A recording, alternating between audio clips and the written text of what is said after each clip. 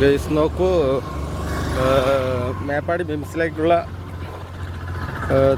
റോഡിലെ വാഹനങ്ങളുടെ തിരക്കാണ് ഗൈസ്. നമ്മൾ അവിടെ എത്തണം. അവിടെയാണ് ഹോസ്പിറ്റൽ. ആ കാണുന്ന ദൂരത്തിലാണ് ഹോസ്പിറ്റൽ. നമ്മൾ വണ്ടി ഇത്രയും ദൂരത്തിൽ പാർക്ക് ചെയ്തിട്ട് അവിടത്തേക്ക് നടക്കുകയാണ് ഗൈസ്. അവിടത്തേക്ക് നടക്കുകയാണ് ഗൈസ്. ഇത്രയും ദൂരത്തിലാണ്. അത്രയും രോഗികളാണ് ഇവിടെ വരുന്നത്. അത്രമാത്രം രോഗികൾ. ചാറ്റൽ മഴയൊക്കെ ഉണ്ട്. നമ്മളതൊക്കെ കൊണ്ട് ഇങ്ങനെ നടക്കുകയാണ്. ഒരുപാട് രോഗികൾ വരുന്നുണ്ട്.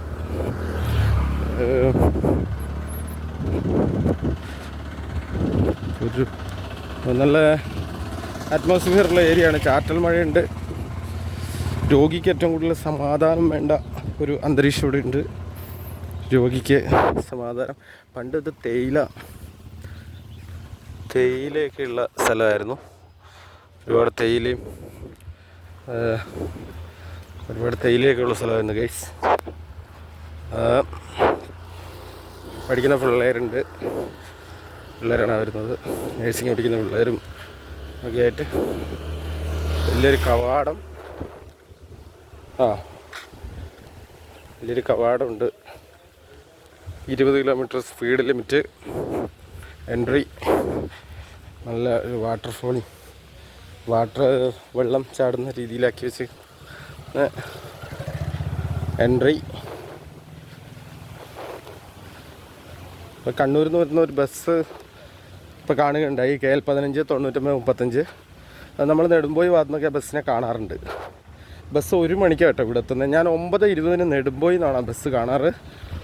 കണ്ണൂരത്തെ നെടുമ്പോയിൽ നിന്ന് 9:20 പുറപ്പെട്ട് കണ്ണൂരിൽ നിന്ന് പുറപ്പെടുന്ന സമയം നമുക്കറിയില്ല. ആരെങ്കിലും ചോദിക്കുവാണെങ്കിൽ നമുക്ക് അന്വേഷിച്ച് കണ്ടുപിടിക്കാം. 1 മണിക്ക് മിംസിൽ, തിരിച്ചവർ 2 മണിക്ക്, 1 മണിക്കൂർ റെസ്റ്റാണെന്ന് തോന്നുന്നു. 2 മണിക്ക് എടുക്കും. ഇത് പണ്ട് തേയിലയായിരുന്നു.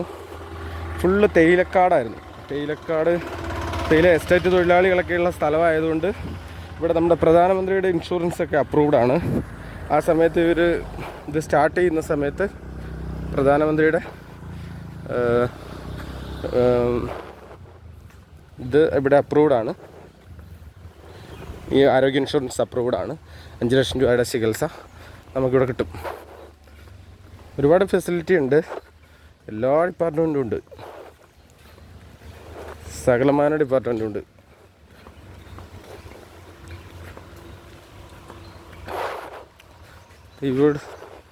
ഇവിടുന്ന് നടന്ന് ഇത്രയും ദൂരം. അതിപ്പോൾ ബസ് നിൽക്കുന്ന പാർക്കിംഗ് ഏരിയേൻ്റെ തൊട്ടിപ്പുറത്ത് ആളെ ഇറക്കിയിട്ട് ഞാൻ വണ്ടി കൊണ്ടുവച്ചിട്ട് നടന്നു വരുന്നതാണ്. ഇത്രയും ദൂരത്തിൽ വാഹനങ്ങളാണ്.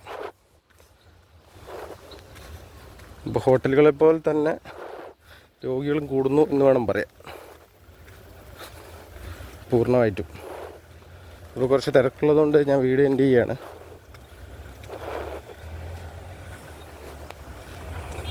ഓക്കെ.